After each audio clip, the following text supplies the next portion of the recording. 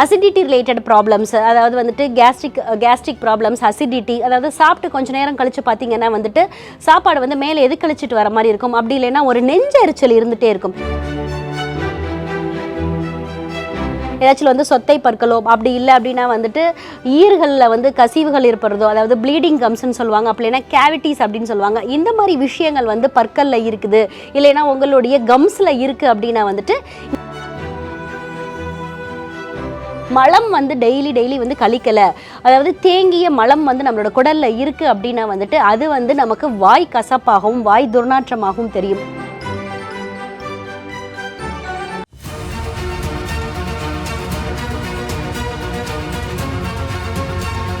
Doctor Srivarma's அழகும் ஆரோக்கியமும். ஸ்ரீவர்மா நேயர்களுக்கு வணக்கம். நான் உங்கள் டாக்டர் ரேவதி. இன்றைக்கி நம்ம பார்க்க போகிற டாபிக் என்ன அப்படின்னு பார்த்தீங்கன்னா, வாய் கசப்பு மற்றும் வாய் துர்நாற்றம். அதாவது எஞ்சான் உடம்புக்கு வயிறே பிரதானம் அப்படின்னு சொல்லுவாங்க. நம்ம உடம்புல இருக்கக்கூடிய வயிற்றுக்கு முதலாவதாக இருக்கக்கூடிய விஷயம் என்ன அப்படின்னு பார்த்தீங்கன்னா நம்மளோட வாய். அந்த வாயில் பார்த்தீங்க அப்படின்னா வந்துட்டு இருக்க பிரச்சனைகள் தான் வந்து நிறைய பெரிய நோய்களுக்கு வந்து முதல் காரணமாகவே இருக்கும். அதாவது ஓரல் ஹைஜீன் வந்து கரெக்டாக மெயின்டைன் பண்ணோம் அப்படின்னாலே நமக்கு நிறைய நோய்கள் வந்து நம்மளோட உடம்புல வந்து அண்டாது. அந்த வகையில் வந்து இன்னைக்கு நம்ம வந்து வாயில் அடிக்கடி வரக்கூடிய கசப்பு சுவை, அதாவது சுவைகளே 6 சுவைகள் இருக்கு. இனிப்பு சுவை, கார்ப்பு சுவை, துவர்ப்பு சுவை, இந்த மாதிரி 6 சுவைகள் இருக்கு. அதுல வந்துட்டு கசப்பு சுவை நிறைய பேர் சொல்லுவாங்க, காலையில எழுந்தோடனே டாக்டர் எனக்கு வந்து வாய் கசப்பு ஜாஸ்தியா இருக்கு, தூங்கி எழுந்தோடனே வாய் கசப்பு ஜாஸ்தியா இருக்கு, இல்லை ஏதாவது சாப்பிட்டோடனே பார்த்தீங்க அப்படின்னா வந்து அந்த டேஸ்ட் என்னால் ஃபீல் பண்ணவே முடியல, கொஞ்சம் நேரம் கழிச்சு எனக்கு அந்த வாயில வந்து அந்த கசப்பு சுவை தெரியுது, ஏன் தெரியல அப்படின்னு சொல்லுவாங்க. அதே மாதிரி ஒரு சிலர் சொல்லுவாங்க, வாயை வந்துட்டு நான் ஓப்பன் பண்ணாலே சம்டைம்ஸ் வந்து எனக்கு பேட் ஆர்டர் வருது, துர்நாற்றமாக இருக்குது,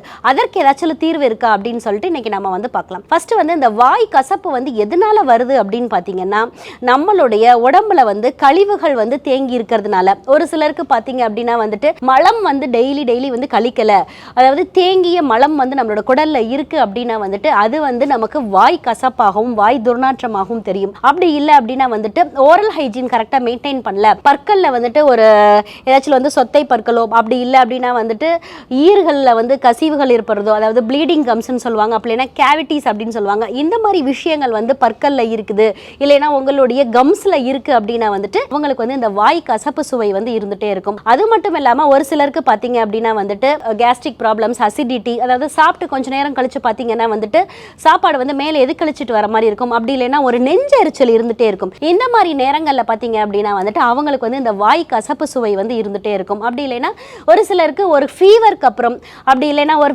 பாக்டீரியல் இன்ஃபெக்ஷன், ஒரு வைரல் இன்ஃபெக்ஷனுக்கு அப்புறம், அப்படி இல்லைன்னா வந்துட்டு அதிகப்படியான ஆன்டிபயோட்டிக்ஸ் எடுக்கிறவங்க, அதிகப்படியான ஸ்டீராய்ட்ஸ் எடுக்கிறவங்க, நாட்பட்ட நோய்களுக்கு மருந்து எடுக்கிறவங்க, ப்ரொலாங்டாக வந்துட்டு ஒரு டேப்லெட் எடுத்துகிட்டே இருக்கேன் டாக்டர், நான் ஒரு 10 இயர்ஸ்க்கு பார்த்தீங்க அப்படின்னா வந்து பிபி மாத்திரை எடுத்துகிட்டே இருக்கேன் அப்படின்னு சொல்கிறவங்களுக்கு வந்து கண்டிப்பாக வந்து இந்த வாய் கசப்பு வந்து இருக்கும்.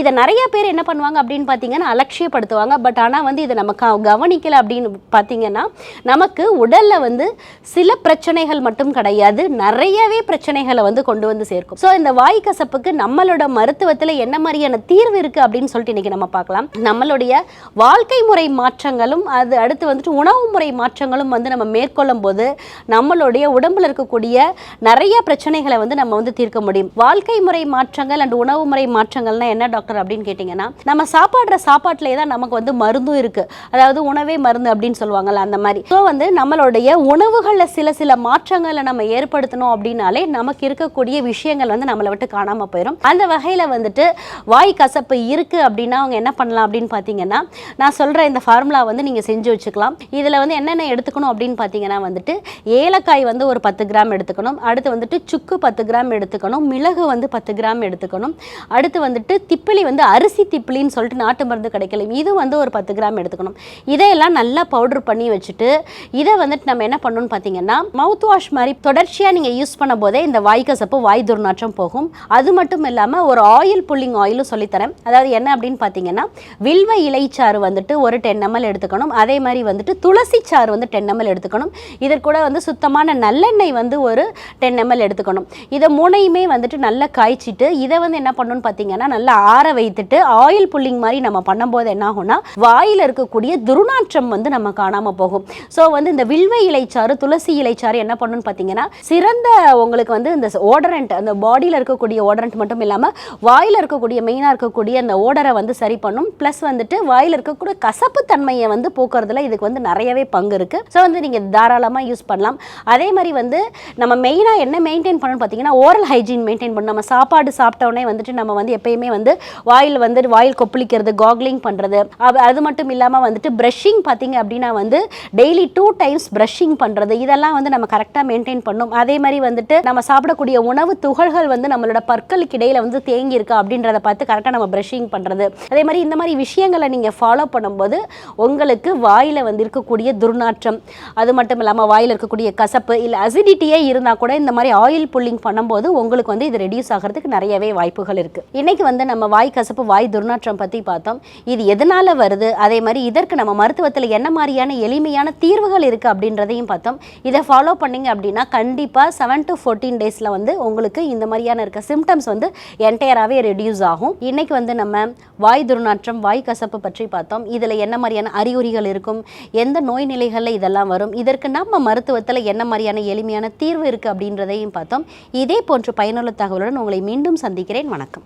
ஸ்ரீ வர்மா ஆயுர்வேதா மருத்துவமனையின் வெல்னஸ் குருஜி அவர்களை ஜூன் மாதம் 1ஆம் வாரம் 3ஆம் தேதி புதன்கிழமை காலை 6 மணி முதல் மாலை 6 மணி வரை பெங்களூர் அல்சூர் கிளையிலும், 4ஆம் தேதி வியாழக்கிழமை காலை 7 மணி முதல் மாலை 4 மணி வரை ஓசூரிலும், 5ஆம் தேதி வெள்ளிக்கிழமை காலை 7 மணி முதல் மாலை 4 மணி வரை வேலூரிலும், 6ஆம் தேதி சனிக்கிழமை காலை 7 மணி முதல் மாலை 4 மணி வரை திருவண்ணாமலையிலும், 7ஆம் தேதி ஞாயிற்றுக்கிழமை காலை 7 மணி முதல் மாலை 6 மணி வரை வேளச்சேரியிலும் சந்தித்து மருத்துவ ஆலோசனை மற்றும் ஆசி பெற தொடர்பு கொள்ள வேண்டிய தொலைபேசி எண்கள் 9500946634 9500946635.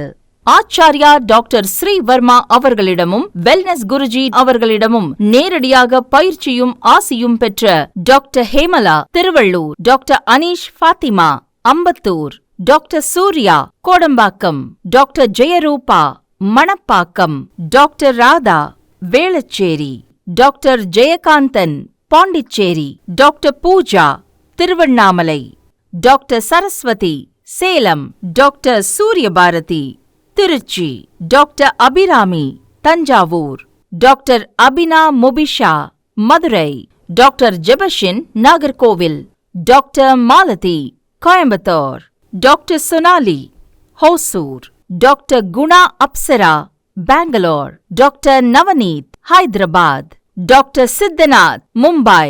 பட்டப்படிப்பு மற்றும் பட்ட மேற்படிப்பு முடித்த மருத்துவர்களை சந்தித்து சிகிச்சை பெறலாம்.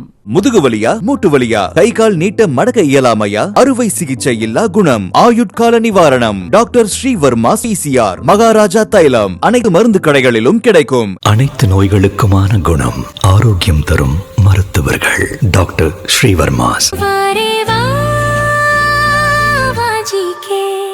Doctor Srivarma's Vagicare, his wellness for her happiness.